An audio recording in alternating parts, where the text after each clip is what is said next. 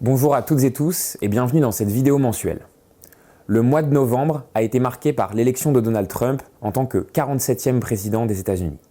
Il débutera son nouveau mandat présidentiel à compter du 20 janvier 2025 et semble déterminé à appliquer un programme ancré sur une baisse de la fiscalité et une hausse des droits de douane sur les importations.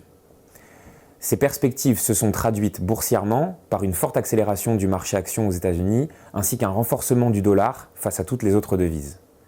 Dans ce contexte, les fonds Nova enregistrent au cours du mois des performances de plus 1,5% pour le fonds patrimoine, plus 2,8% pour Nova Flexible et plus 4,7% pour Nova Dynamique. Cette accélération du mois de novembre porte ainsi la performance 2024 des fonds à respectivement 6,6% sur patrimoine, 9,3% pour Latitude Équilibre devenue Nova Flexible et enfin 17,1% sur Nova Dynamique. Notre allocation en actions domestiques américaines a été renforcée, en particulier sur les secteurs de la finance, de l'industrie et de la consommation. En parallèle, notre exposition aux pays émergents a été réduite. Nos convictions, déjà très fortes sur la croissance américaine, n'ont été que renforcées par le résultat du vote du 5 novembre. Ainsi, nous conservons toujours une exposition sur le dollar américain, bien que nous ayons tactiquement pris des profits en cours de mois après l'envolée du billet vert. Nous favorisons par ailleurs une exposition au taux européen, notamment via de la dette d'entreprise.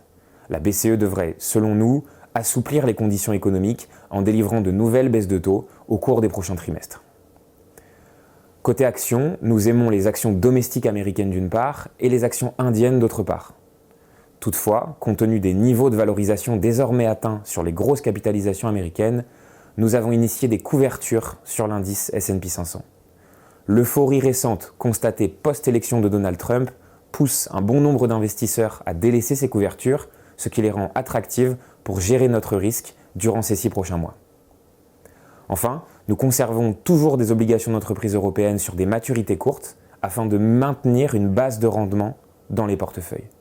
Si certains États européens sont à la peine, les entreprises émettrices d'obligations honorent toujours leurs engagements sans difficulté particulière. Le rendement s'établit ainsi actuellement à 3% pour patrimoine, 2% pour Nova Flexible et 0,4% pour Nova Dynamique. Belle fin d'année à vous et à très bientôt.